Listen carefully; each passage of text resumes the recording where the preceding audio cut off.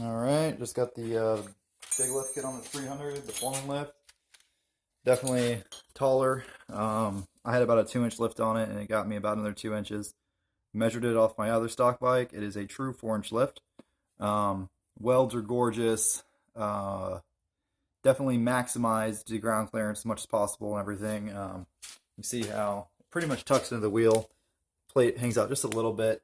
These are very negative offset wheels, so it looks pretty good. It's a little stiff. Okay, he kept the shocks plenty far enough away from the tires, so even with these real negative offset wheels, shocks aren't an issue rubbing. Real nice lift kit. Do have some complaints. Both the bottom arms, I had to twist them really hard up to get the bottom bolt in. They didn't line up quite well, so those bushings are on a bind already.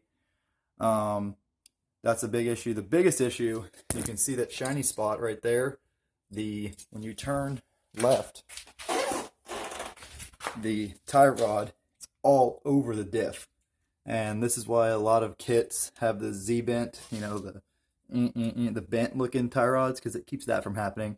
It's pretty unset. Binds up really bad. I thought it might squat down when I was installing it and that would get better, but it's pretty bad. So steering is definitely real tight. The tie rod ends are also maxed out. Like, so this isn't full droop right now. This is with the weight of the bike on it. Full droop. There's full droop, so you get another inch. If I was to put some spring spacers, I could make it right up there. You can see how bad that tire's leaning in. That tire's off by 5 degrees. This tire's off by 2.5, 3 degrees at full droop. Looks pretty freaking goofy. And that's where the tire's gonna, when you're pulling out of a hole, that's where it's gonna drop down and pull. So, I mean, you know, it's custom made parts, so you never expect anything to be perfect, but at full droop, it's off by 7 degrees. So, correction, with me sitting on the bike, it's off by 5 degrees from perpendicular. Putting my digital level on it. So that's kind of disappointing. But I mean, whatever, right? It's a mud bike. So yeah, so I have 3 major issues with a lift. Well, number 1, the wheels are crooked. Number 2, the tie rod ends rub the diff, and number 3, the tie rod ends are maxed out to the point where I expect the life of them to be reduced because they're running at their max angle all the time, and it's adding some steering effort. Also, this boot right here, you see the zip tie on it? I put a zip tie to hold the boot up because when this ball joint was installed, he screwed up this boot, so it was supposed to be like a press fit on the bottom of the ball joint.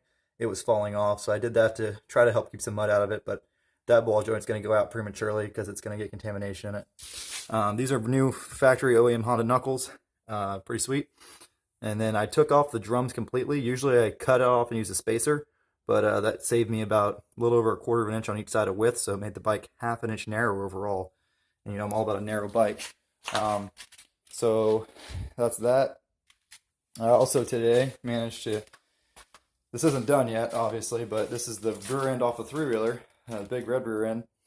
Obviously, I need to finish up the braces, right, for this paddle. I just lopped them off to get off the big red. You can see my sweet shock up there.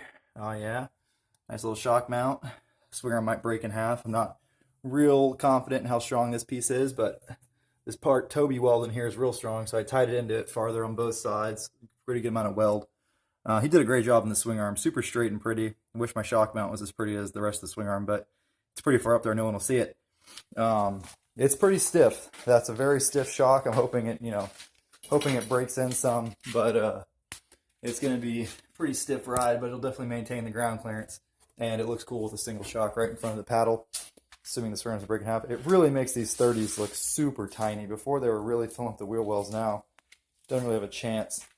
It looks a little crooked if you look at it from the back, but don't worry, that's the rack. That's not the swing arm. The rack's really screwed.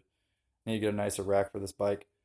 I don't know what happened to it. I let my brother borrow it, and it came back all bent. I don't know. It's weird how that happens. I suspect someone pulled from the rack real hard right here a few times. But yeah, really, really nice bike. Pretty sweet. I was real conservative with the swing arm angle. Set it at 21 degrees with static sag on it. 23 degrees max down travel. I did grind the U-joint. I don't know if you guys are familiar with that, but you can take some meat off the edges of the U-joint to get more angle out of it on the factory joint. in case I ever want to go higher. But I like the look of it being a little lower in the back than the front.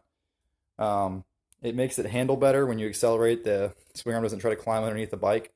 So it actually, the suspension works like it's supposed to. And the back isn't as crucial because there's a solid axle back there. So if you lift the back another inch, you risk breaking a U-joint, you ruin your wide quality, and all you gain is like, maybe a half an inch under the motor, which is pretty irrelevant because there's an axle paddle back here. So nothing you're going to do is going to change the clearance underneath that axle paddle.